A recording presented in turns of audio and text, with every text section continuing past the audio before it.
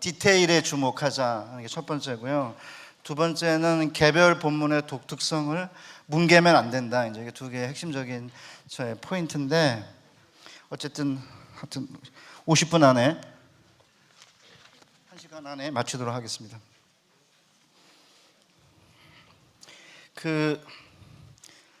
주회를 이렇게 이제 제가 설교자를 새롭게, 주회를 새롭게, 그 다음이 이제 설교 작성, 설교 전달인데, 뭐 설교 작성과 설교 전달 우리 이 목사님이 설교학자들을 이제 많이 초청해서 이렇게 하시기 때문에 뭐 제가 할 내용은 아니라 그냥 뺐고요. 주회를 어떻게 새롭게 하면 좋을지 말씀을 드리려고 하는데, 첫 번째는 그러니까 매 설교마다 이제 무시간적인 진리나 영원한 진리, 전체 진리를 이야기하려는 경향이 있거든요. 왜냐하면 조지신학적인 틀을 가지고 또 설교를 하셔야 되고, 때로는 성경이 성경을 해석해야 된다, 이제 이런 큰 대원칙 때문에 어떤 개별 본문을 대해도 무시간적인 진리나 영원한 진리나 전체적 진리를 이야기하려는 경향이 있는데, 그렇게 하면은 무엇이 이제 어려우냐면요, 설교의 끝에 목사님이 가지고 있는 신학적 시스템이 계속 반복적으로 나오니까 본문은 다른데 설교 내용은 같다, 이제 그런 이제 느낌을 받거든요. 물론 이제 결론은 똑같죠. 그런데 구체적인 데이터를 설교하면은 끝에 가서는 같은 결론인데도 불구하고 가는 과정이 개별적이고 독특하기 때문에 다르다고 느낍니다. 그 다음에 두 번째는 탁월하게 설교하는 목사님들을 보면은 구체적인 데이터 하나 가지고 거미가 거미줄을 품어내듯이 품어내잖아요. 그런 면에서 뭉뚱그려 가지고 모든 본문을 영원한 진리, 전체 진리, 무시간적 진리를 이야기하면은 목회자들이 훨씬 더 지칠 수 있기 때문에 부르그만은 이렇게 말합니다. 설교라는 게 지배적인 사회의 어떤 생각이나 시스템이 아닌 대안적 공동체를 형성하는 게 목표인데, 그렇게 하려면 포괄적이고 보편적인 주장을 하지 말고 대안적인 상상력을 제공하는 구체적이고 세부적이고 국부적인 텍스트를 통해서 조금씩 해야 된다는 거죠. 그러니까 이제 설교자가 텍스트를 진지하게 여긴다면 설교에서 성경 전체 진리를 이야기하는 게 아니라 한 세부적인 텍스트에 초점을 맞추고 그 해석된 의미에 대해서 말해야 된다는 거죠. 그러면 설교자가 설교할 때마다 보편적인 진리를 계속 말하지 않아도 되니까 안도의 숨이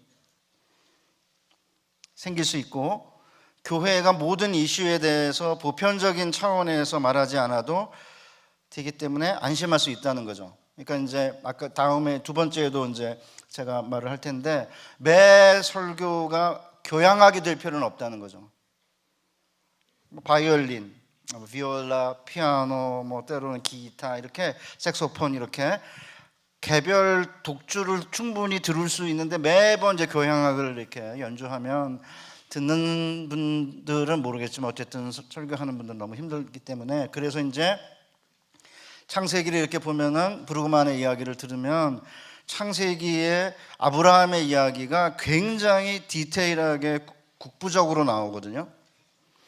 그래서 이제 각 개별 텍스트가 영원한 진리나 무시간적 진리나 전체 진리를 다루고 있는 게 아니고 특정한 시간과 특정한 상황 가운데서 나오기 때문에 부분적이고 상황적이에요. 그게 무슨 말이냐면, 이게 제일 이제 중요한 이제 이론인데, 성경 본문은 뭐 예를 들어서 이 성경 전체가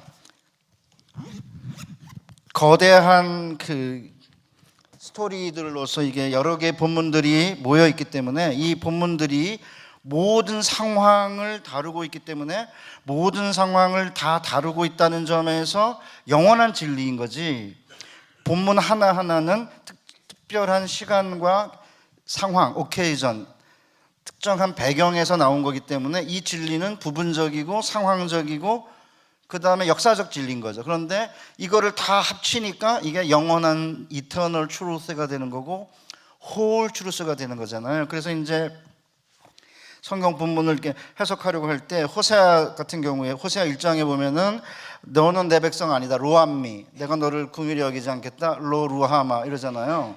근데 2장에 가면은 내가 루암이라고 했던 내 백성이 아니라고 했던 자에게 너는 내 백성이라고 할 것이다. 로루아마라고 했던 백성에게 루하마라고 할 거다 이러잖아요. 그러면 이거 두 개를 같이 놓고 이렇게 해석하면 이게 뭐가 맞는 거죠? 어떤 상황에서는 너무 하나님께서 이제 힘드시니까 너 내 백성 아니야 임마, 내가 너 긍휼히 여기지 않을 거야 이렇게 이야기를 하시면 요거 가지고 설교자가 해석을 할 때 물론 나중에 하나님께서 이렇게 다시 사랑을 재개하실 거라는 걸 알면서도 요 본문을 해석할 때는 여기에다 포커스를 맞춰가지고 우리 교회 성도들에게 로암미 내 백성이 아니라고 하신다, 내가 긍휼히 여기지 않을 거라고 하신다, 거기에 이제 포커스를 맞춰서 독주를 하시면 되는 건데 이거를 이제 미리 내다보고 2장까지 이렇게 연결을 시키면은 사실은 교양하게 되는 거죠. 그런 면에서 이제 디테일에 신경을 쓰셔야 되는 건데, 그래서 제가 이제 디테일을 어떻게 이제 찾아야 되는지 설명하기 위해서 거기에 이제 그 텔무드 틸리케가 설교의 생동감이 또 생생함이 없는 이유가 뭐냐 하면 첫 번째는 설교가 너무 신학적이기 때문에 이제 생동감이 없다. 그리고 두 번째는 뭐냐면 설교의 원근 화법이 없다는 거죠. 이렇게 무슨 얘기냐면 이제 전 루터를 굉장히 좋아하는 사람인데요. 루터가 예를 들어서 야고보서는 지푸라기 서신 이랬거든요. 에스더에는 하나님이라는 이름조차도 안 나오니까 에스더는 굉장히 이게 유대적이다 이렇게. 그 다음에 요한계시록은 그리스도 중심적이 아니다 이렇게 한 거를 이제 저 같은 칼빈주의의 계통에 있는 분들은 루터가 뭘 모르는 사람이다 이렇게 이제 해석을 한 건데, 실제적으로 그 루터는 가까운 것과 먼 것을 이렇게 구분하면서 자기에게 있어서 의로 인해서 믿음으로 의롭다함을 받는다는 이 신칭의는 뭐 갈라디아서나 로마서, 시편 이거는 너무 소중하니까 가깝게 이제 잡아당겨가지고 핵심적인 것으로 본 거고, 야고보서는 행위 강조하니까 조금 떨어진 것으로 본 거죠. 물론 그게 옳다는 게 아니라 루터는 이렇게 이제 원근법을 가지고 자기에게 가깝고 먼 걸 구분하니까 생동감이 있어서 루터의 글을 읽으면 막 울끈불끈 하거든요. 근데 뭐 저 은퇴했으니까. 칼빈은 이렇게 멀리 있는 거예요. 이렇게 모든 게 다 거리가 같아요. 그래서 안전합니다. 그런데 이게 생동감이 넘치거나 아니면 생생함이 좀 떨어지는 것 같아요. 여러분들이 주석을 읽어보면 칼빈 주석을 보면 굉장히 이렇게 같은 거리에서 동일하게 이렇게 이야기를 하고 있기 때문에 위험하지 않습니다. 그런데 루터는 끌어당기고 멀게 하고 하는 게 굉장히 강해서 믿음으로 의롭다함을 이야기하는 본문은 굉장히 이렇게 이제 사랑을 하잖아요. 그래서 이제 수로보니게 여인 같은 경우에는 루터가 20년 동안에 13번 설교했습니다. 요새 같았으면 쫓겨났을 것 같아요.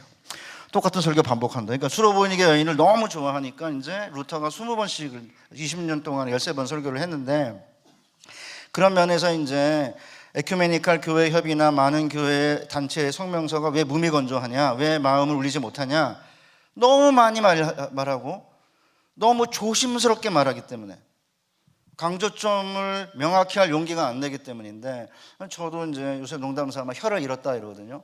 중세가 혀를 잃었어요. 그래서 이제 종교개혁자들이 중세교회가 혀를 잃었다 그러는데, 오늘날 목회자들도 혀를 많이 잃은 것 같아요. 저도 혀를 많이 잃었고요.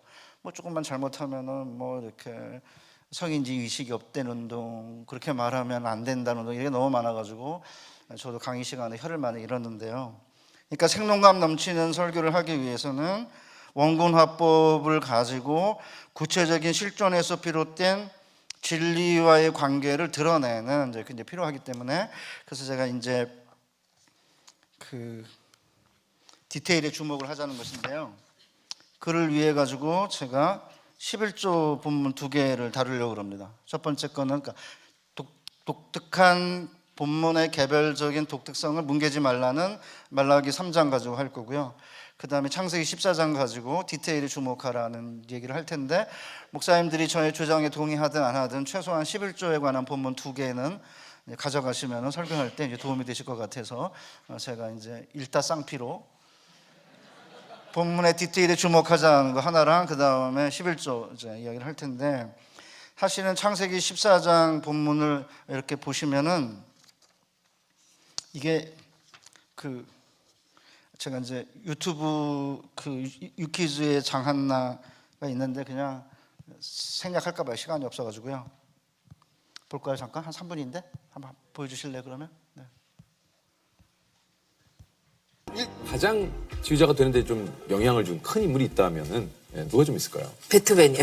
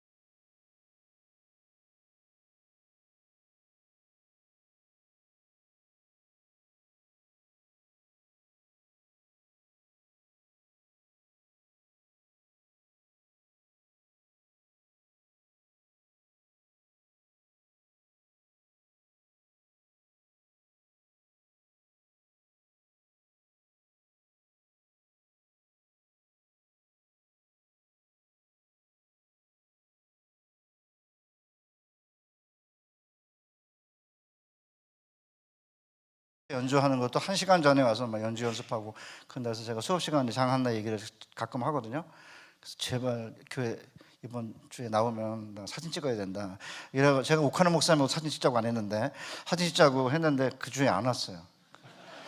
몇 년 지나서 다시 갔는데 유럽으로 연주여행 떠나서 이제 안 온다 그러더라고요. 그러니까 음표의 뒤통수까지 망치로 때리는 심정으로, 그러니까 정확하게 팀파니가 어디에 나오는지를 이렇게 찾다가 이번 점에 나오겠지 하면 나온다는 거죠. 그러니까 음표가 별처럼 많은데 그 음표가 왜 하필이면 여기 있고 그 다음에 여기 있는지 이제 그걸 살펴야 된다는 건데, 그러니까 이제 뭐를 의미하냐면 목사님들이 주회를 할 때 성패는 디테일을 다루는 데 있으세요. 디테일을 다루는 능력을 키우셔야 되고 디테일을 가지고 끊임없이 왜라는 질문을 끊임없이 던지셔야 됩니다. 그때 이제 뭐에다가 포커스를 맞춰야 되냐면 익숙한 거, 유용한 거, 적합한 것을 찾는데 우리가 이제 설교를 해야 되기 때문에 길들여져 있는데, 그러지 말고 본문 가운데 난처한 게 뭐냐 이거죠. 본문에서 이상하게 보이는 게 뭔가, 어느 지점에서 우리 세계관을 공격하고 있는가의 질문을 던져야 되는데, 제가 좀 아까 이 목사님이 그런 얘기 이제 하고 들어갔는데 사실은 최근에 설교자들이 성경을 논평하거든요. 평론가예요. 성경에 질문을 던지는, 예를 들어 이 본문이 오늘 우리에게 유효한가? 뭐 이런 질문을 던질 수밖에 없는 그런 상황에 놓여 있지만, 그래도 예의 바르고 정중하게 주님 이 말씀에서 우리가 순종해야 될 게 뭔가요? 우리가 깨달아야 되는 게 뭡니까? 이렇게 안 하고 위에 서가지고 자꾸 평론을 해요. 뭐 잘잘법 뭐 이런데, 나 최근에 무슨 로고스인가 뭔가 그런 유튜브 계속 그러는데 이런 거죠. 두렙돈 과부가 두렙돈 내는 걸 가지고 뭐라 그러냐면, 제가 이제 어떤 교수가 뭐 외국 교수 논문 가져다가 번역해가지고 출판했는데 제가 한 30분 읽다가 내동댕이 쳤거든요. 그게 두렙돈을 과부가 생활비 전체를 드린 걸 칭찬하는 게 아니고, 뭐 그건 점도 있지만, 그렇게 가난하게 만든 그 당시의 서기관과 바리새인들의 탐욕과 그 당시의 불의한 경제 체제, 사회 체제를 비판하는 거래요. 지가 왜 평론을 하냐고요. 거기 보면 생활비 전부를 드렸다고 그랬으니까 단순하게 주님 제가 그렇게 하면 무슨 문제가 생기냐면, 목사님들 예를 들어 그러면 현재 우리에겐 아무 상관이 없어요. 왜냐하면 우리가 무슨 여기 계신 분들이나 많은 성도들이 사회의 불의한 체제에 얼마나 기여를 하겠어요? 그럼 두 번째, 본받을 게 없는 거죠. 생활비 전부를 드린 과부처럼 우리도 하나님께 생활비 전부를 드리는 그런 헌신을 보여, 이게 사라져요. 나랑 아무 상관이 없는 거죠. 그러니까 성경을 평론하듯이 이제 뭐 잘잘법이든지 몇몇 그런 잘 나가는 그런 성경 그 프로그램 이렇게 보고 있으면요, 왜 평론을 할까? 심지어는 오늘 이 본문이 우리에게 구속력이 있습니까? 이런 질문도 저는 아주 심플하게, 구약은 지금도 유효하다. 첫 번째 명제입니다. 둘째, 구약은 그리스도 안에서 유효하다. 딱 두 가지입니다, 저는. 그러니까 구약에 나오는 모든 제도나 인물이나 사상이나 역사나 뭐 풍습이나 이런 모든 게 그리스도 안에서 유효한 것이기 때문에 그 유효한 거를 찾아야 되거든요. 그러니까 짐 엘리어트가 피째 먹지 말라는 그 레위기 본문을 가지고 우리는 뭐 이게 구약에서 이 피는 동물의 피인데 생명을 의미하고 구속사적으로는 그리스도의 피를 모형으로 보여준다, 이렇게 가는데, 짐 엘리어트는 다이렉트로 자기에게 가져와요. 주님 내 피를 취하소서, 내 것이 아니니 아끼지 않겠나이다. 가지소서, 다 가지소서. 피는 주님의 제단에 흐를 때에만 가치가 있는 것입니다. 대학교 2학년 3학년 때 쓴 일기입니다. 구약에 피째 먹지 말라는 걸 가지고 뭐 구속사적으로 연결시켜가지고 뭐 우리처럼 순대를 먹어도 되니 안 되니, 선지를 먹어도 되니 안 되니, 이런 거 이야기한 게 아니라 다이렉트로 내 피 취하소서, 다 가지소서 그러고 있는데, 그래서 제가 대학교 2학년인 짐 엘리어트가 박사학위를 받은 나보다 낫다, 제가 학위 받고 나서 느낀 거예요. 진짜 주님을 사랑하니까 다이렉트로 갔다가 꽂잖아요, 자기의 삶에. 그러면 성경 본문을 놓고 물어야죠. 아주 예의 바르고 정중하게. 예를 들어 제가 이제 여호수아 10장에 나오는 태양아 너는 머물러라, 잠잠하라거든요. 태양아 잠잠하라, 그 다음에 달도 그리하라, 이건데, 그러면 이거는 진짜 낯이 설거든요. 이게 성경 본문으로 들어가는 가장 중요한 암호의 열쇠다, 그렇게 말해요. 그러니까 오히려 익숙하고 적용이 잘 되고 그 다음에 유용한 거를 찾으면은 결국 성경에서 우리가 발견하려고 하는 게 그냥 익숙한 거예요. 유용한 거고. 그래서 성경은 그게 아니라 우리랑 질적으로 다른 저 세계에서 우리에게 침투해 들어오는 하나님의 음성인데, 그러면 낯설어야 되고, 그 다음에 뭔가 벼락치는 것이라고 어떤 학자들은 그러는데, 벼락을 맞는 듯한 그런 세계를 우리가 지금 맞이하는 건데, 본문에서 유용하고 적합하고 익숙한 것을 찾아내면은 사실은 본문 안에 못 들어간다는 거죠. 그러니까 결국 어떻게, 거기 보면 태양아 머무르라를 그 대명사로 이제 쓰여져 있기 때문에 여호수아가 아니고 하나님이다. 아니 어떻게 여호수아가 태양아 머무르라 이렇게 할 수 있느냐, 하나님이다, 이런 주석도 있어요. 왜냐하면 거기에 그 동사에 붙어 있는 게 3인칭 이제 남성 단수로 되어 있기 때문에. 근데 사실 대부분은 여호수아라고 그러거든요. 그러면 이렇게 와서 익숙하지 않으면, 아니 어떻게 인간이 태양을 향해서 태양아 머무르라 그럴 수 있을까요? 얼마나 담대하면, 도대체 무슨 상황에서 이렇게까지 할 수 있을까? 과연 저는 다 있는데 혼자서 그냥 밤중에 태양아 머물러라 그게 아니고 다 있는데 백성들이 있는데 태양을 향해 머물러라 달도 그리해라 이렇게 명령할 수 있었던 건 뭘까? 그게 굉장히 낯이 설고 기괴하고 때로는 너무 별나 보이고 이상하면 오히려 그것이 본문 안으로 들어가는 가장 중요한 열쇠다. 그런 점을 이제 목사님들이 염두에 두시면서 끊임없이 색다른 점, 도전적인 점, 생소한 점, 어울리지 않는 부분이나 이해하기 어려운 점들을 본문 안으로 들어가는 문으로 간주하는 게 좋을 것 같아요. 누가 이런 거 잘하냐? 이단이 잘합니다. 신천지, 안상호 이런 애들이 막 요상한 거 찾아내가지고 이상한 방향으로 가지만, 근데 저희 이제 정통은 이상하거나 색다른 것에 대해서 굉장히 이렇게 좀 어려움이 있는 것 같아요. 너무 신학적이 돼가지고요. 그래서 제가 이제 창세기 14장 가지고 할 텐데, 창세기 14장에 보시면 우리 사모님들도 기억하실지 모르지만 그 아브라함이 그 조카 롯을 구해가지고 돌아오는 길에 이제 그 살레망 멜기세덱에게 11조를 드리는 장면이거든요. 그러면 그 본문을 이렇게 이제 보고 있으면은 뭐가 이제 난처하냐면, 이 아브라함이 11조를 드리는 이 장면이 첫 번째 전쟁이에요. 성경에 나오는 첫 번째 전쟁에 나옵니다. 두 번째, 그러면 이제 무슨 질문 던져야 되냐면, 아까 이제 이 장한나가 왜 이 은표 다음에 이게 오지? 이런 것처럼 11조를 아브라함이 멜기세덱에게 드렸다. 여기서 멈추는 게 아니라 왜 하필이면 첫 번째 전쟁에 11조가 나오지? 그다음에 두 번째는 왕이 10명 나옵니다. 그리고 왕이란 단어가 27번 나옵니다. 그러니까 도대체 왜 왕이란 단어가 왜 27번씩이나 나오지? 왜 왕이 10명이 나오지? 그러니까 동방의 4왕하고 사해지역의 5왕, 이게 9명이고요. 그 다음에 살레망, 이제 멜기세덱이 나오니까 뭐 소돔 고모를 합쳐가지고 따지면 10명이 나오는 거고요. 그래서 이제 목사님들이나 사모님들이 이제 궁금해하실 테니까 또 길게 서론하다가 또 끝에까지 안 나올지 모르니까, 11조는 전쟁의 문맥에서 나오는 것이기 때문에 학자들이 앉아가지고 탁상공론하면서 이 11조는 이게 구약의 율법 시대의 거니까 신약에는 안 맞는다 이러거든요. 그러니까 어떤 사람들은 아니다, 아브라함은 율법 이전이니까 구약이라고 하더라도 율법 시대는 아니다 이러는 거죠.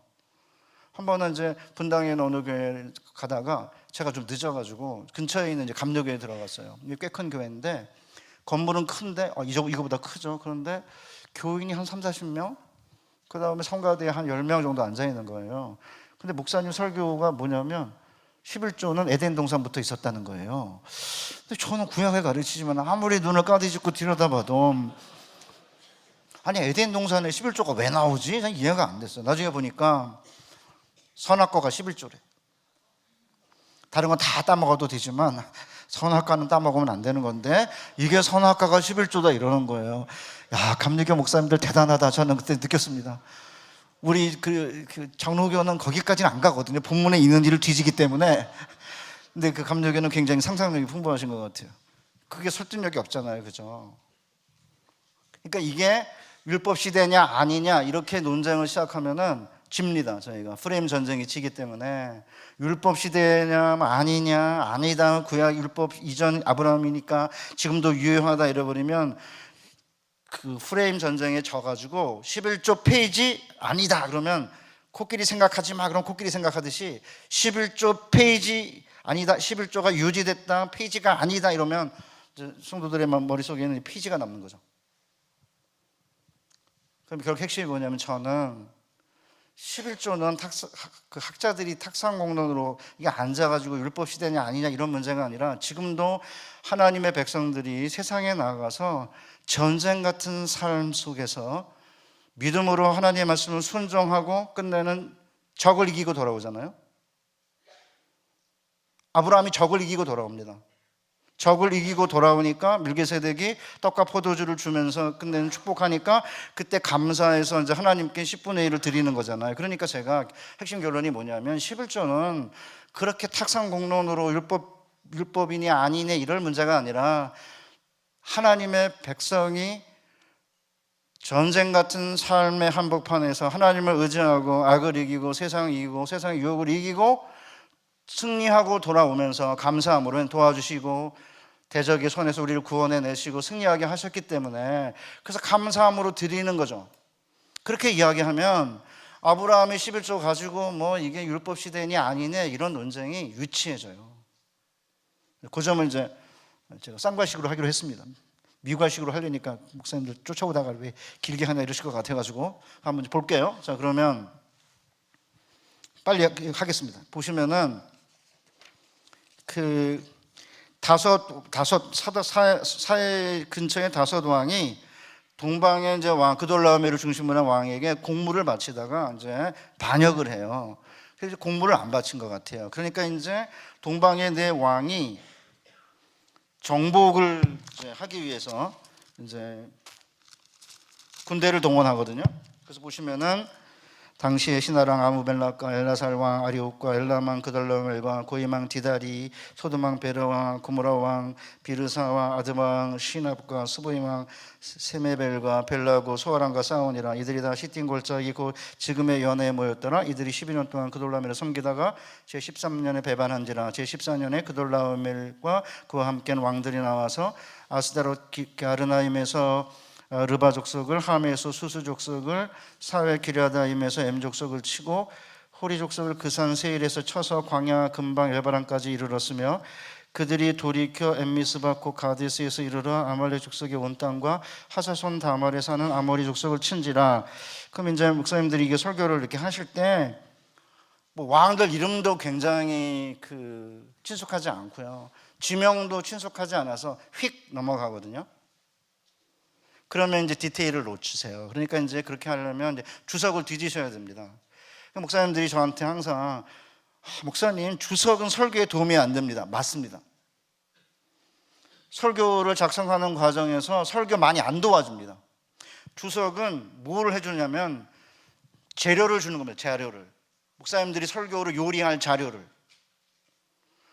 저는 아내가 해주는 음식에 40년 동안 길들여가지고 아내가 어디 가면서 나한테 뭘 알려줬는데 제가 레시피 적어놨는데 그 맛이 안 나요. 안 짜면 뭘 넣어야지? 소금 넣어야 되나? 고추장을 넣어야 되나? 간장을 넣어야 되나? 그 젓갈을 넣어야 되나? 그걸 모르니까 거기다가 뭐 고추장 넣어야 되는데 간장 넣으니까 맛이 엉망이잖아요. 근데 문제는 재료가 있어야 되거든요. 그러니까 주석을 보면은 나와요. 이게 뭐가 나오냐면 동방에 있는 동방의 네 왕이 이 다섯 사회 왕들을 정복하게 내려오는 과정에 지명들이 이렇게 언급되어 있는데 이 지명이 누구냐면은 왕의 대로에 인접해 있는 도시들입니다. 왕의 대로라고 애굽에서 메소포타미아 가는 길이 해변길이랑 왕의 대로가 있는데 왕의 대로는 국제도로인 동시에 여기가 무역로고 여기가 정복로입니다. 그러니까 지금 동방의 네 왕이 무슨 짓을 하고 있냐면 사해의 다섯 왕을 정복하기 위해서 왕의 대로로 내려오면서 주변에 있는 도시들을 쑥대밭으로 만드는 거죠. 그러니까 이들의 전쟁은 정복 전쟁입니다. 그 다음에 약탈해요. 나중에 보면 약탈하고요. 그 다음에 포로로 끌어가거든요. 노예 전쟁입니다. 약탈, 정복, 노예. 그러니까 왕들의 전쟁인 거죠. 왕의 대로를 따라. 그러면 지금 현재 우리에게 접목을 시켜보면 우리 사회에도 왕들 투성이잖아요. 도지사만 해도 왕이고요. 그렇죠? 국회의원은 왕이라고 그러잖아요. 기업도 왕이고. 그러니까 왕들이 설치는 이런 시기에 왕이 아닌 아브라함이 지금 왕보다 위대한 일을 하고 있어요. 좀 이따 이제 볼 건데요. 그러니까 이제 아브라함의 전쟁은 무엇이고 그 다음에 가나안 다섯 사회 지역의 왕들을 공격했던 4명의 그 왕들은 도대체 무엇인지 주석을 이렇게 읽으면 이게 왕의 대로를 따라서 이렇게 이제 지금 있는 족속들을 지금 이제 격파하면서 내려오고 있는 건데 그게 오는 도중에 전쟁에 필요한 이제 어떤 곡물이나 이런 걸 취하려고 한 건지 아니면 사기를 떨어뜨리려고 심리전으로 뭐 그렇게 약탈을 한 건지 뭐 그건 알 수는 없지만 어쨌든 이들의 전쟁은 정복 전쟁이고 약탈 전쟁이고 다른 사람들의 재산을 빼앗아 가고 생명을 약탈하는 전쟁이구나, 그렇게 이해하시면 되는 거고요. 그럼 이런 약탈과 정복과 그다음에 수탈이 수시로 일어나는 이 사회에서 결국 하나님의 백성들은 어떻게 살아야 되느냐, 이 문제를 심각하게 다루고 있는 거예요. 그러니까 디테일을 이렇게 자료를 이렇게 주석이 제공하면 목사님들이 그 재료를 가지고 설교라는 요리를 만드시는 건데, 실제로 이 자료는 주석이 제공하고요. 실제로 설교를 어떻게 할지는 이야기를 잘 안 해요. 물론 하는 주석이 있긴 있지만, 그러나 그 원 자료가 있어야만 목사님들이 설교를 만드니까 그때는 그렇게 생각하면 주석은 도움을 줍니다. 되셨죠, 그죠? 그러면 이제 이 소돔 왕이 얘가 돌대가리예요. 왜냐하면 여러분이 아시다시피 전쟁에서 이길 만한 능력이 안 되면 공물을 계속 바치든지 해야 되는데, 공물을 안 바쳐서 문제가 생겼는데, 여러분이 아시다시피 사해 골짜기에다 진을 쳤잖아요. 거기에 뭐가 많냐면 역청이 많은 웅덩이가 많아요. 그럼 역청이 많은 웅덩이가 있으면은 전쟁하면 안 되는데, 거기다가 진을 쳐가지고 전쟁하다가 무슨 일이 생기냐면 자기 편 군사들이 빠져요. 역청이 많은 그 끈적끈적한 웅덩이에 빠지죠. 그리고 자기가 먼저 도망치거든요. 성경 보시면 시간이 없어서 제가 못 읽고 있는데 먼저 도망을 쳐요. 그러니까 이제 동방의 네 왕들이 롯과 롯의 재물과 그 다음에 소돔 사람들과 부녀들과 재물을 빼앗아갔다고 되어 있거든요. 거기에 치다는 단어가 2번 나와요. 히브리어 나카라는 단어인데, 근데 이제 아브라함이 자기 조카 롯이 사로잡혀갔다는 이야기를 듣거든요. 거기 조카라고 되어 있는데 그 히브리어로 아흐예요. 그게 조카라는 뜻이 원 의미가 아니고 그건 2번째, 3번째 의미고 형제라는 뜻입니다. 형제. 근데 그 형제가 조카를 가리키기도 해요. 실질적으로. 그 때로는 이웃을 가리켜요. 내 이웃 할 때. 그러면 이 디테일이 굉장히 중요한 디테일인 거죠. 소돔을 택해가지고 동쪽으로 갔잖아요, 롯이. 그러면 잘됐다 이놈, 뭐 요단들 택하더니 한번 쓴맛 봐라, 그렇게 하지 않고 318명의 부하를 거느리고 이제 단까지 쫓아가지 않습니까? 그래서 이제 어떤 학자들은 아마 그 왕의 대로로 얘네들은 올라갔을 거고 단까지 갔을 거 보니까 이제 그 아브라함은 그 족장 대로를 따라 올라갔을 거다. 족장로를 따라서. 그래서 여기는 왕의 대로고 여기는 족장로다 그러는데 성경 본문에 안 나오니까 뭐 그렇게까지 할 수는 없지만, 그래도 이제 목사님들 설교할 때 도움이 되잖아요. 그럼 저는 쓰면 된다고 생각해요. 그럴 수도 있으니까. 제가 많이 자유로워졌습니다. 그래가지고 아니 왜 이단들은 성경에 없는 것도 있다고 그러는데 우리는 있는 것처럼 보이는 것도 왜 있다고 말을 못할까? 좀 이따가 이제 그 떡과 포도주가 나오는데, 옛날 같았으면 제가 멜기세덱이 가져온 떡과 포도주는 피곤한 몸을 쾌유케 하는 음식이었을 것이다, 거기서 멈췄을 거예요. 근데 저는 그게 아니고 거기 떡과 포도주는 성만찬을 가리킨다, 이렇게 말합니다. 저는 최근에는.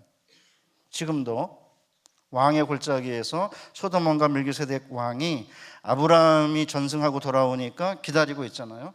저는 지금도 하나님의 교회에서 주일에 우리의 영원한 대제사장인 주님께서 목회자들을 통해서 오는 성도들에게 말씀의 떡과 그리스도의 피를 성찬을 매주 하는 건 아니지만 승리하고 돌아오는 백성들에게 지금도 주님께서 말씀으로 우리에게 먹이신다. 그거 있잖아요. 여기 떡과 포도주가 있으면 충분히 연결시킬 수 있는 분명한 고리가 있는데 왜 그거를 굳이 이거는 성만찬이 아니고 이거는 그냥 몸을 쾌유케 하는 음식이다, 왜 그러는지. 협동측은 주로 이게 성만찬 아니라고 그래요. 저도 옛날에 그랬어요. 근데 지금은 목회나 아니면 교회에 덕에 필요한 것은 얼마든지 해도 된다.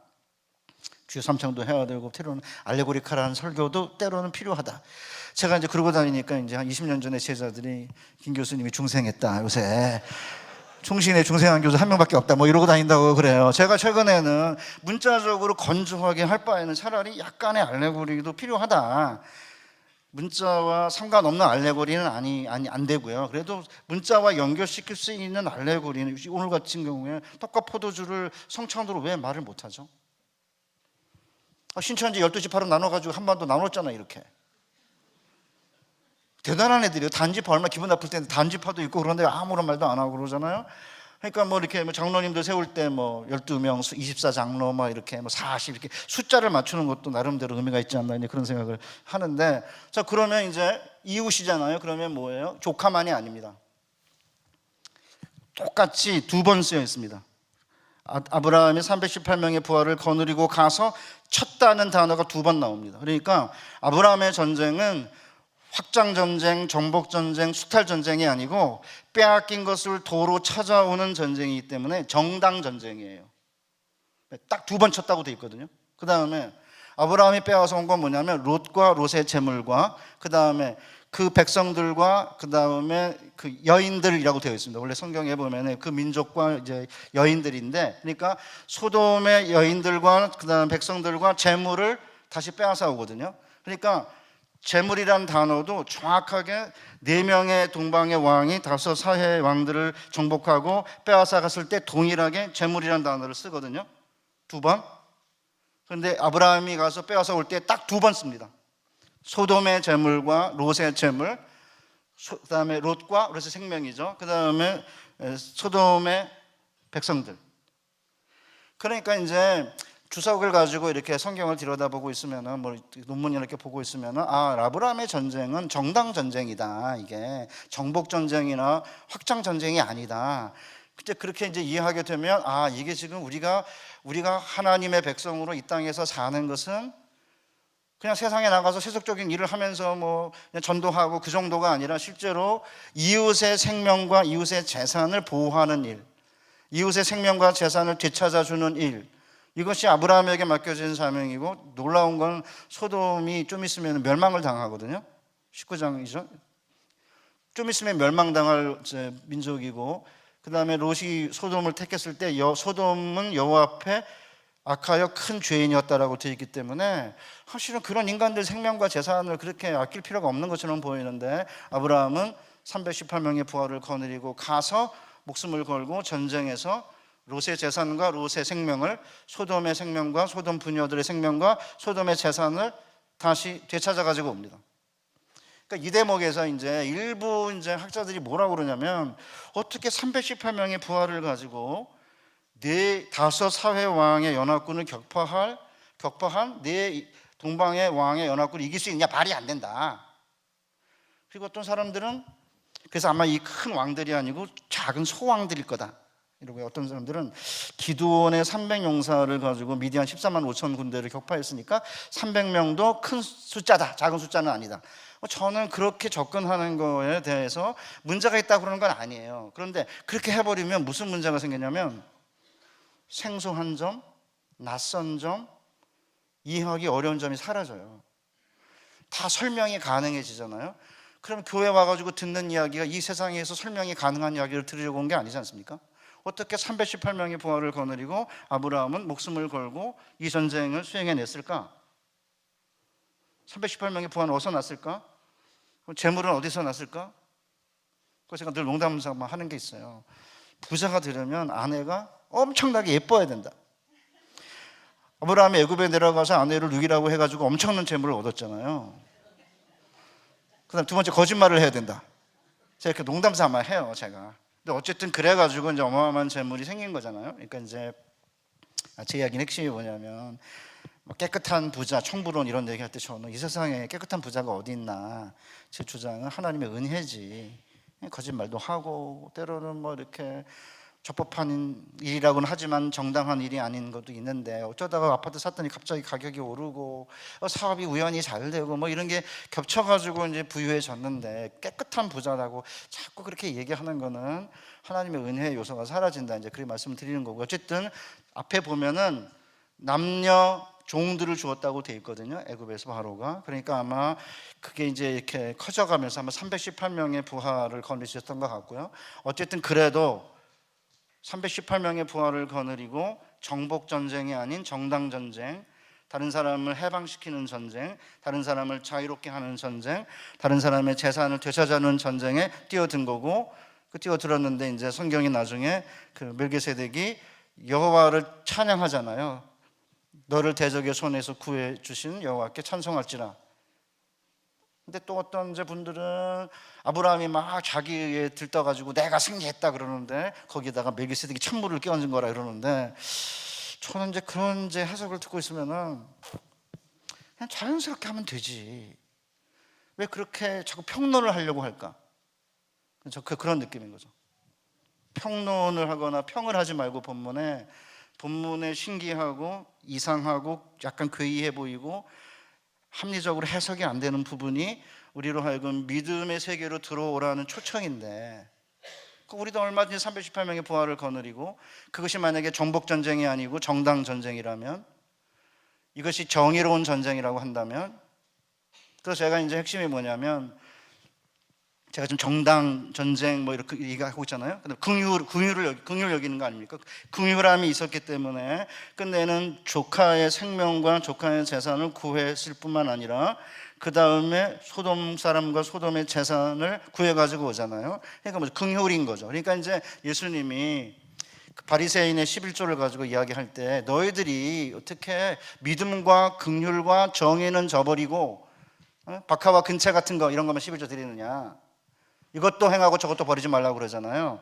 그런데 아브라함의 생이 믿음, 318명의 부활을 거느리고 끝내는 정당 전쟁, 정의로운 전쟁, 이웃을 긍휼히 여기는 전쟁에 뛰어들어서 전쟁을 수행해낸 거고, 그 다음에 금방 이제 유황불로 멸망을 당할 그런 소돔 사람들이지만 그들을 구해내지 않습니까?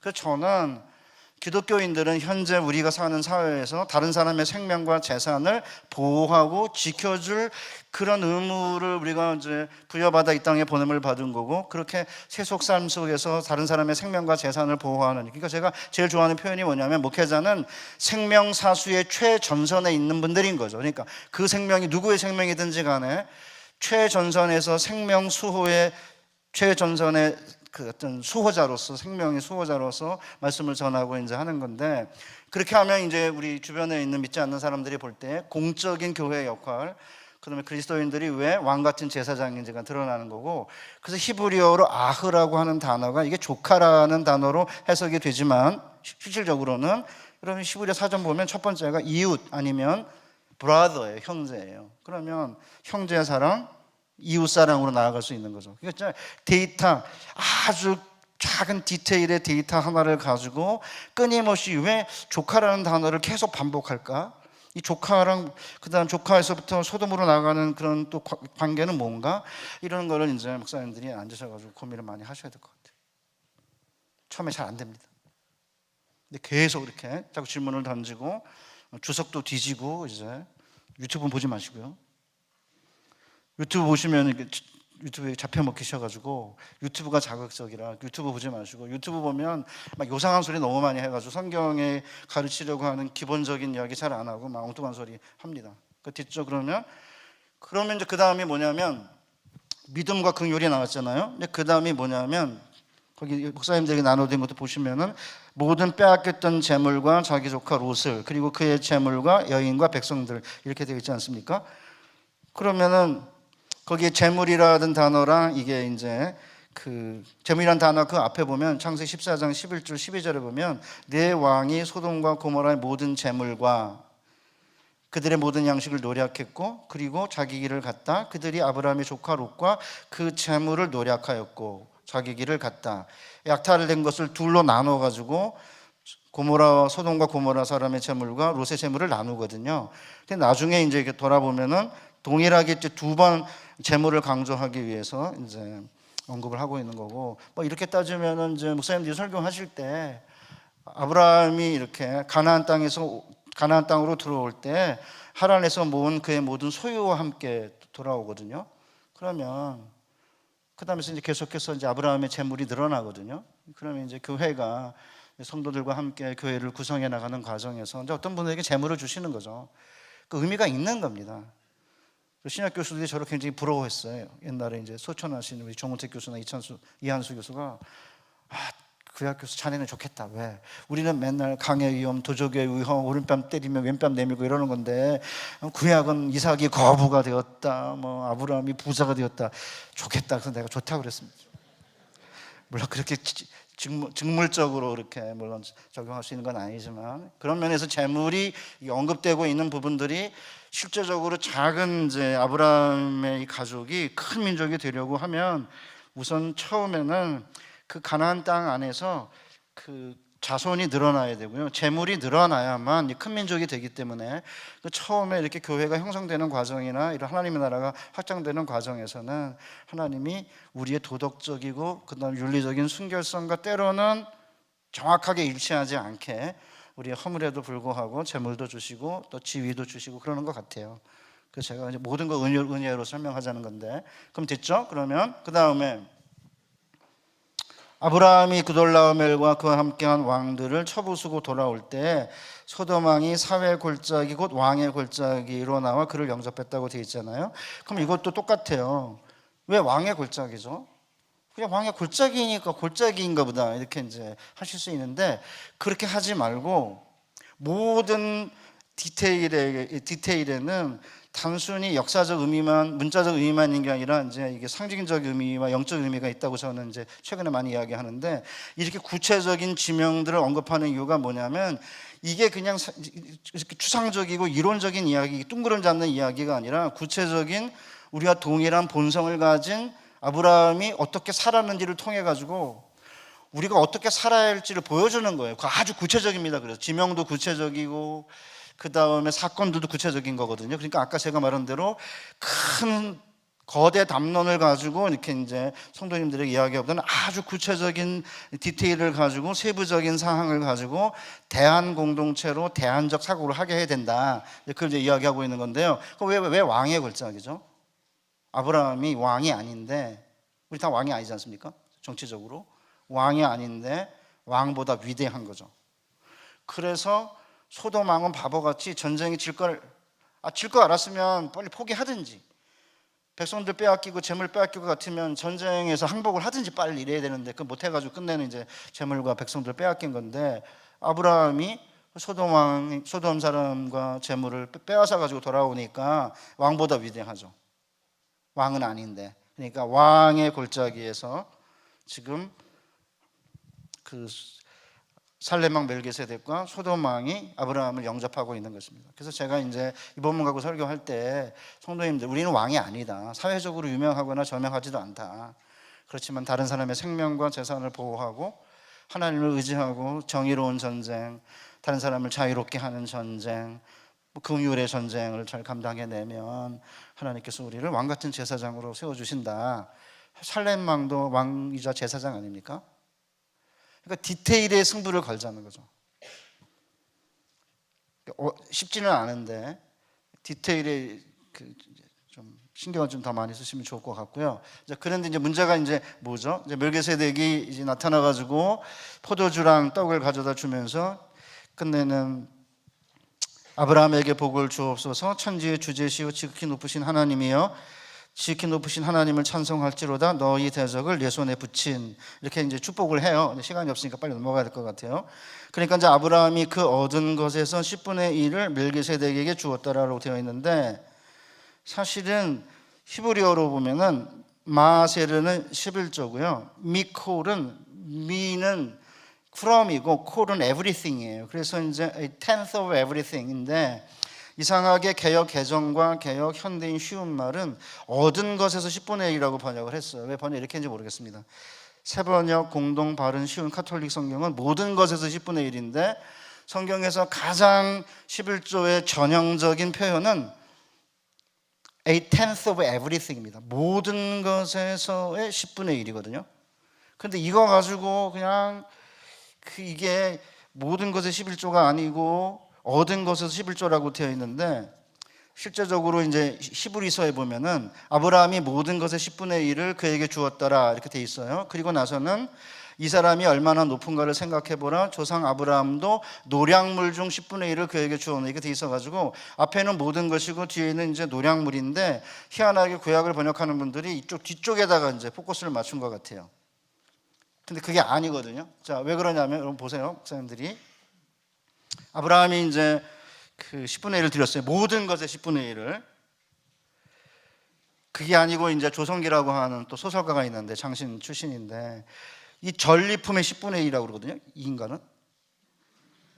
근데 전리품을 500분의 1을 주는 거거든요.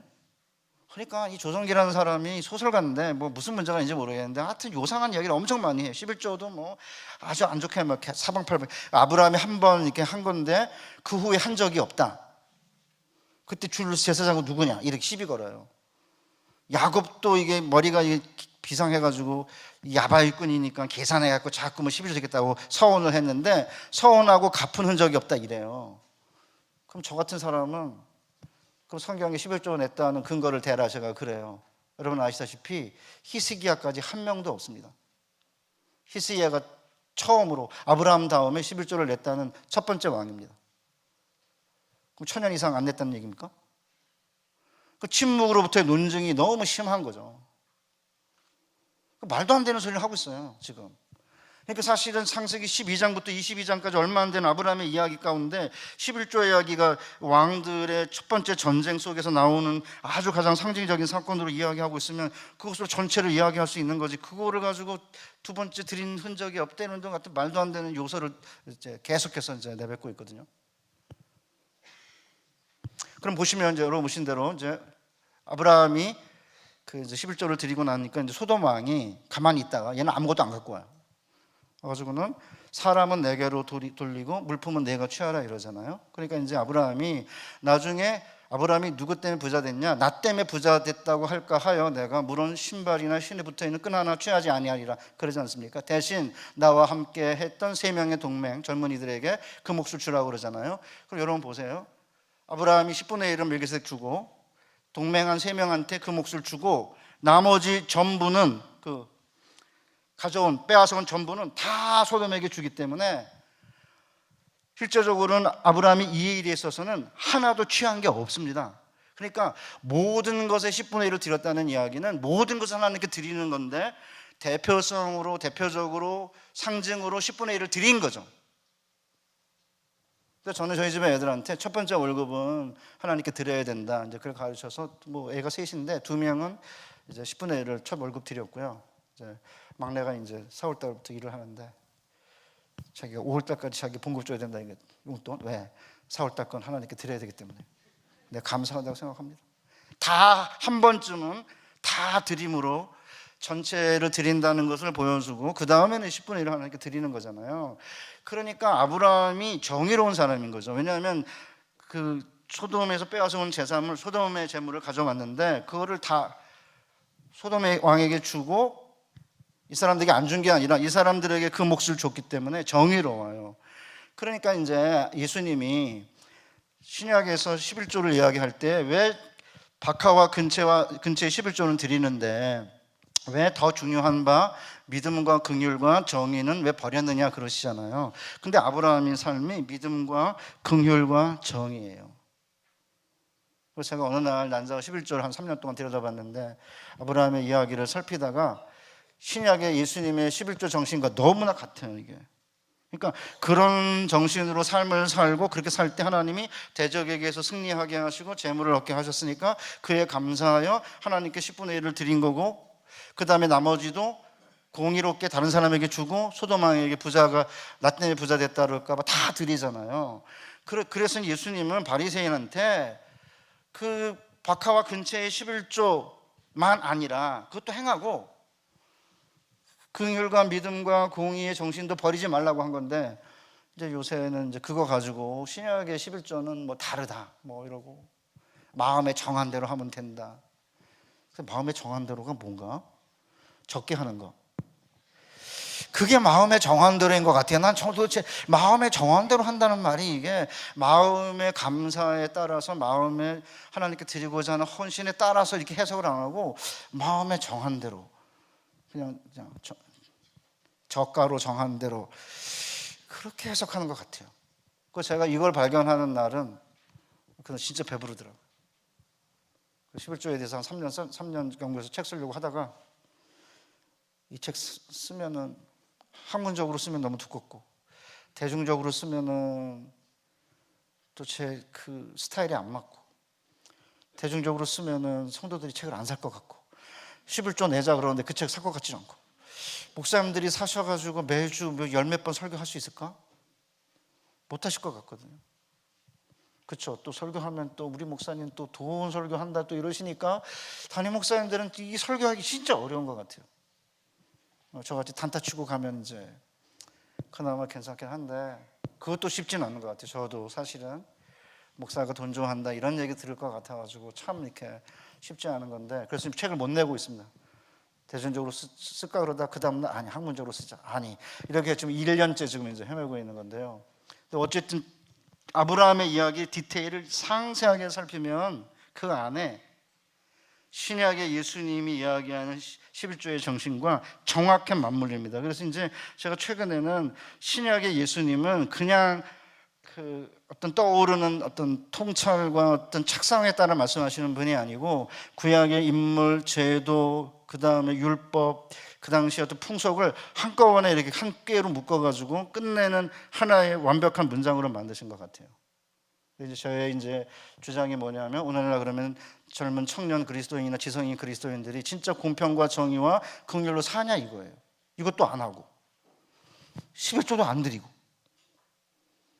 요게 중요하다고 그러면 여기를 안 해요.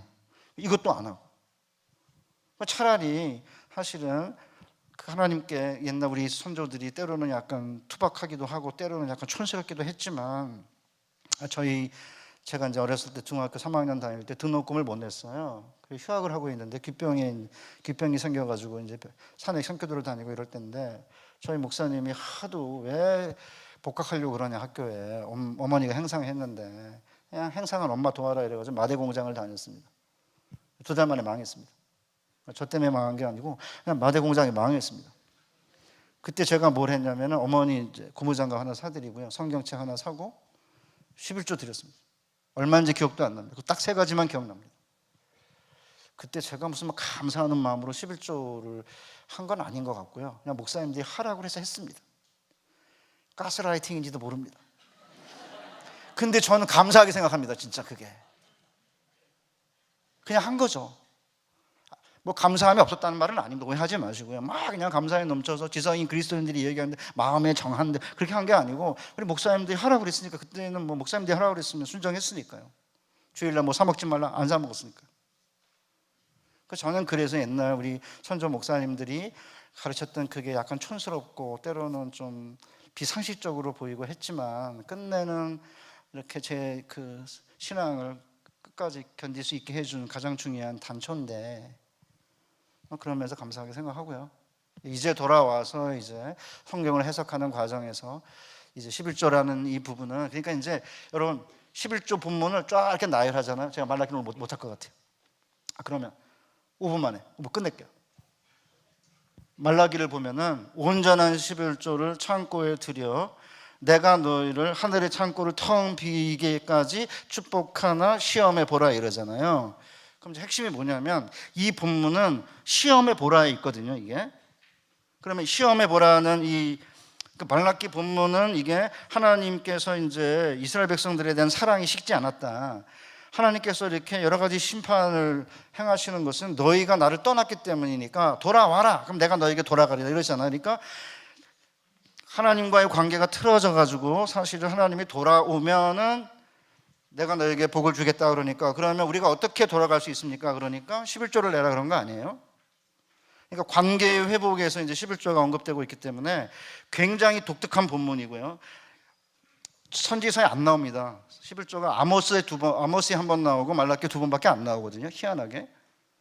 그런 상황에서 이제 이 말라기 본문이 목사님들에게는 어떤 목사님들에게는 굉장히 소중한 본문이죠. 왜냐하면 너무나 분명하게 11조 하면 축복한다는 게 너무 분명한 거고 그 다음에 온전한 11조, 창고 이래가지고 미국에서는 창고 11조가 뭐냐면 자기가 다니는 본교회에 하는 11조가 이게 창고 11조인 거예요. 하도 요새 저쪽 애들이 본교회에다만 꼭 하지 말고 뭐 제사장이 없으니까 레위나 제사장이 신약에는 없으니까 교회 목사님들을 위해서 하는 게 아니다 뭐 이러면서 하나님의 공의와 믿음과 긍휼을 이렇게 시행하는 NGO 이런 데 해도 된다 이러거든요.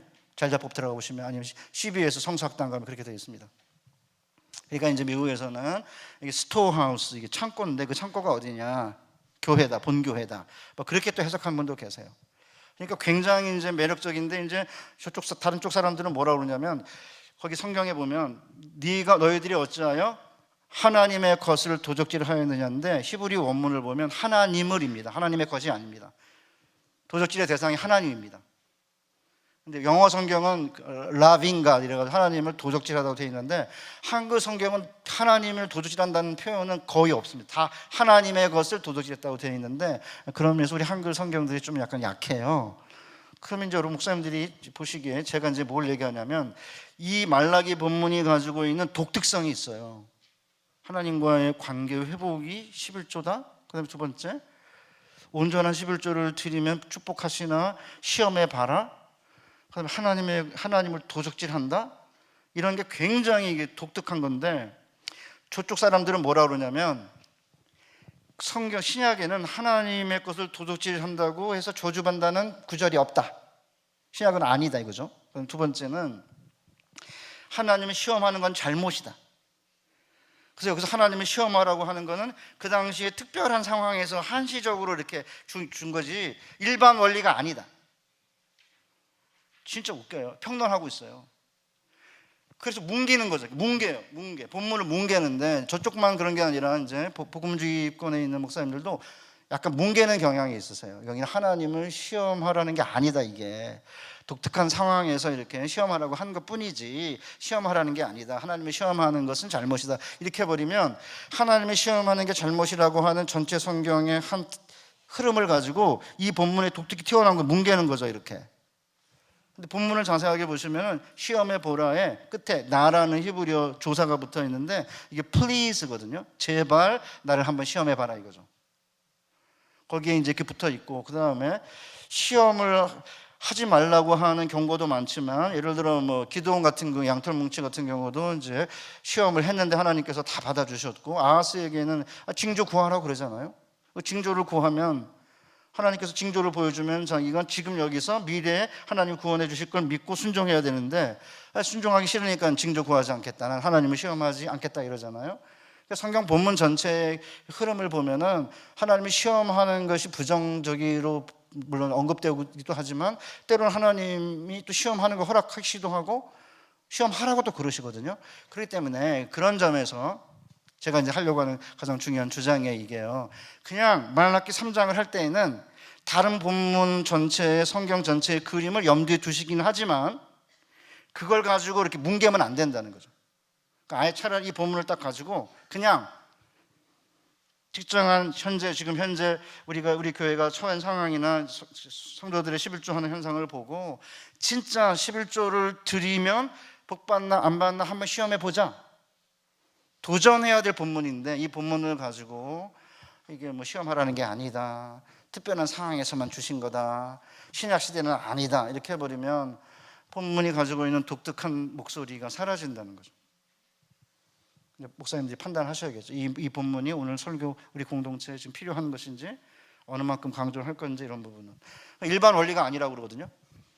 그럼 제가 이제 뭐라 그러면 성경에 일반 원리가 어디 있어요? 아니 의인의 자녀들이 거식하는 걸 본 적이 없다? 잠언에 있는 대부분의 일반 원리들은 그러면 일반 원리가 아니게요? 의인이 고통당하는 거 본 적이 없다. 그 잠언은 어떻게 해석하죠? 그러니까 일반 원리라는 것은 대부분의 경우에 해당되는 어떤 확률, 높은 확률의 어떤 원리를 가리키는 거기 때문에 그렇게 보면 일반 원리라고 볼 수는 있겠죠. 11조 하면 복 받는다는 것이.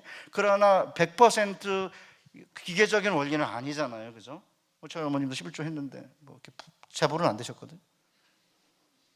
대부분 목사님들도 11조 했는데 뭐 이렇게 풍요롭지는 않으시잖아요. 그러니까 이 본문의 독특성을 뭉개지 않으면서 이 본문의 독특한 부분을 드러내게 하시면 되고 이제 그래서 이제 제가 드린 그 강의 안에 보면은 몇몇 목사님들이 학자들이 세게 이야기를 하고 있는 겁니다. 여기 보시면은 몇 분 안에 끝내면 되죠? 5분 안에? 네, 5분. 네, 오케이. 거기 끝에 보면은 이제 뭐라고 되어 있냐면요. 어디 갔어요? 끝에 보면 그 교수들이 몇 쓴 게 있는데 잠깐만요. 어디 갔나?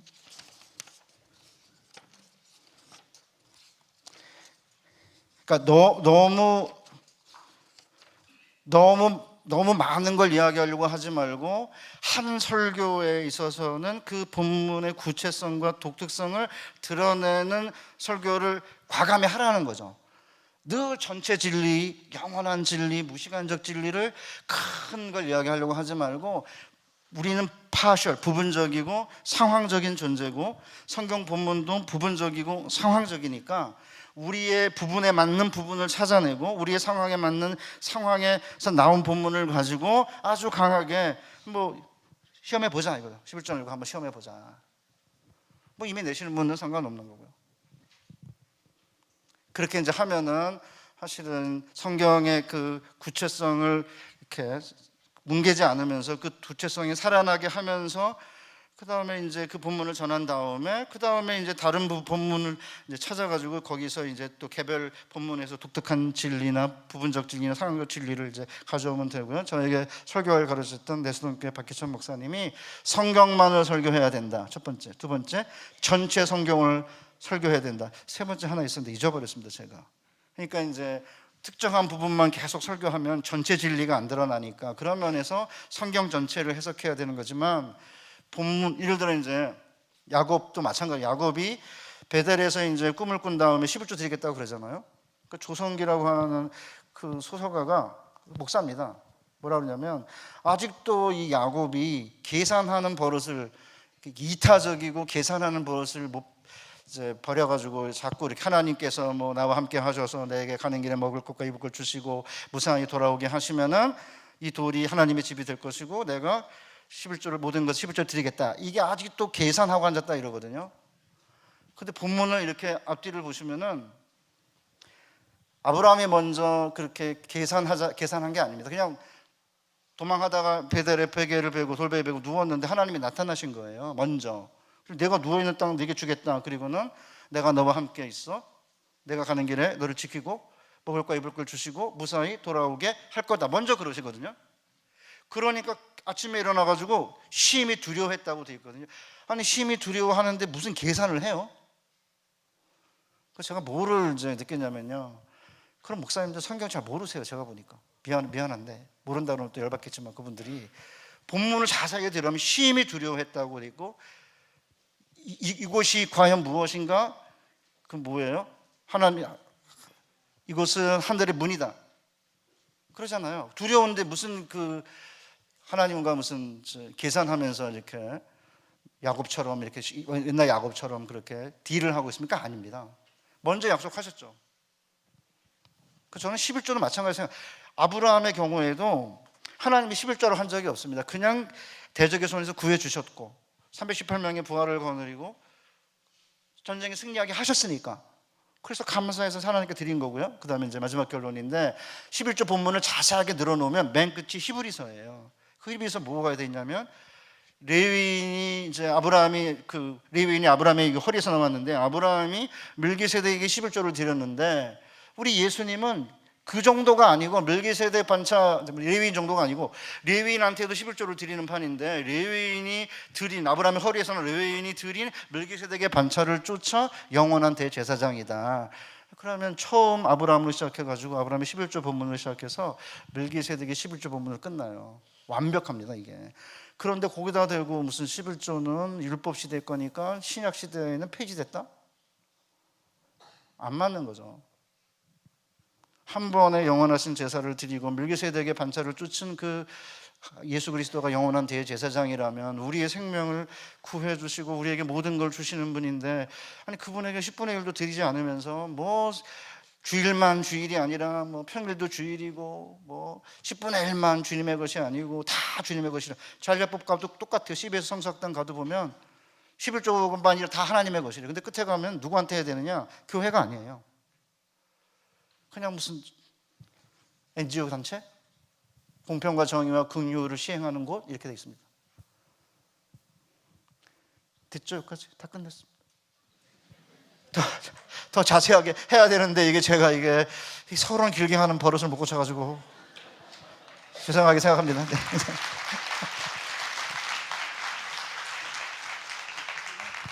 자, 한번 우리 혼신의 힘을 다해서 강의해 주신 우리 김지찬 교수님께 감사의 박수 주시면 감사하겠습니다. 감사합니다. 예, 우리 교수님께서 기도해 주시고 오늘 이 시간 질의응답 지금 시간이 조금 많이 지나서요. 질문이 있으신 분들은 개인적으로. 로드맵 미니스트리 카톡 채널 그리고 여러분께 문자 같은 그 문자로 보내주시면 교수님께 추후에 받아서 제가 온라인으로 그렇게 답을 해드리도록 하겠습니다. 교수님 우리- 기도해 주시고 마무리하겠습니다. 네, 사모님들께 감사드리고요. 사모님들이 제일 힘들 텐데 목사님들은 열받으면 설교 시간에 그래도 뭐 풀기라도 하지만 뒤에 앉아서 교인들의 아픔을 다 또 끌어안고 또 끌어가는 일이라 감사하게 생각하고요. 한번 이제 춘천에 있는 제자가 아주 작은 교회 목회를 시작한 지 한 4년 만에 갔는데 오래된 교회인데 몇 대 목사냐니까 4대 가트대요. 옆에 장로님이 거기서 태어나신 분인데 몇 대냐니까 4대 가트대요. 그 도대체 어떻게 된 거냐 그러니까 기록이 없어서 모른대요. 주보도 없는 것 같아요. 그 옛날 주소가. 그러니까 이제 교회가 작은 데다가 발전할 기회가 안 보이고 초등학교는 또 옮겨가고 시의 끝에 있는 건데 사모님 옆에 있다가 저랑 이제 목사님이랑 내가 40대 초반이니까 이제 온 지 한 4년 지났으니까 실패해도 된다. 목회가 뭔지 배우면 되니까 여기서 무슨 뼈를 묻으라고 그러는 거 아니니까 너무 그렇게 고민하지 말라 그랬더니 사모님 옆에 있다가 목사님 제가요 제 남편한테 딸이 둘이에요. 여자 셋이 당신 하나 믿고 여기 왔는데 당신이 흔들리면 어떡하냐 그래가지고 남편이 힘을 얻는다 그래요.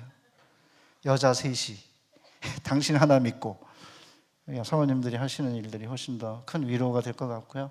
우리 사모님들께 또 감사드리고 또 목사님들 위해서 기도해 주시기를 바랍니다. 목사님들 힘내시고요. 이렇게 기도하겠습니다. 하나님 아버지, 우리 겸 목사님이 이렇게 로드맵 미니스트리를 통해 목사님들과 함께 행복한 이런 월요일을 보내게 해주셔서 감사합니다. 설교자로 불러주셨다는 이 영광스러운 부르심, 그 뒤에 깔려있는 부담과 무게와 고통, 그러나 기쁨의 소식을 전하고 끝내는 주님이 우리의 설교를 듣기를 기다리시고 우리의 설교를 통해 기적을 일으켜주신다는 사실을 굳게 믿고 우리에게 맡겨진 설교자의 사명 잘 감당하게 해 주옵소서. 우리 목사님과 수영로교회가 이 로드맵 미니스트리 잘 감당해내며 더 많은 우리 목사님들과 교회에 작은 위로라도 되게 해주시고 또 이 일을 통해 하나님께서 더 큰 일을 베풀어 주시옵소서. 예수님의 거룩하신 이름으로 기도합니다. 아멘.